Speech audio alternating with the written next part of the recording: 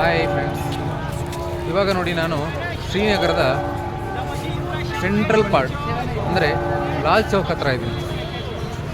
ಇಲ್ಲಿ ಜನ ಹೇಗಿದೆ, ಪರಿಸ್ಥಿತಿ ಇವಾಗ ಹೇಗಿದೆ ಅಂತ ನಾನು ನಿಮಗೆ ತೋರಿಸ್ತೀನಿ. ನೋಡಿ, ಇವಾಗ ಲಾಲ್ ಚೌಕು ನಾರ್ಮಲ್ ಪರಿಸ್ಥಿತಿ. ಮೊನ್ನೆ ಯಾವ ಥರ ಇತ್ತು ಆ ಥರ ಇದೆ. ಟೂರಿಸ್ಟ್ಗಳು ಆರಾಮಾಗಿದ್ದಾರೆ, ಎಲ್ಲ ಅಂಗಡಿಗಳು ಓಪನ್ ಆಗಿದೆ. ನಿನ್ನೆ ಕಂಪ್ಲೀಟ್ಲಿ ಬಂದಿತ್ತು, ಇವತ್ತೆಲ್ಲ ಓಪನ್ ಆಗಿದೆ. ವ್ಯಾಪಾರ ವ್ಯವಹಾರಗಳೆಲ್ಲ ಕ್ಲೀನಾಗಿ ನಡೀತಾ ಇದೆ. ಹೇಗಿದೆ ಸಿಚುವೇಶನ್ ಅಂತ ನಾನು ನಿಮಗೆ ತೋರಿಸ್ತೀನಿ ನೋಡಿ. ಎಲ್ಲ ನಾರ್ಮಲ್ ಇದೆ, ಓಪನ್ ಇದೆ, ಯಾರೂ ಹೆದರ್ಕೊಂಡಿಲ್ಲ, ಎಲ್ಲ ಆರಾಮಾಗಿ ನಡೀತಾ ಇದೆ.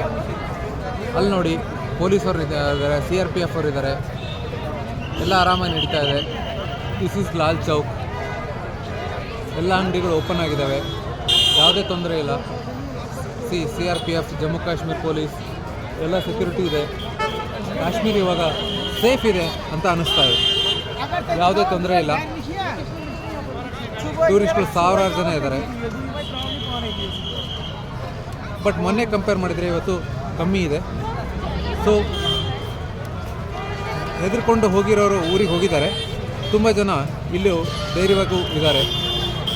Thank you.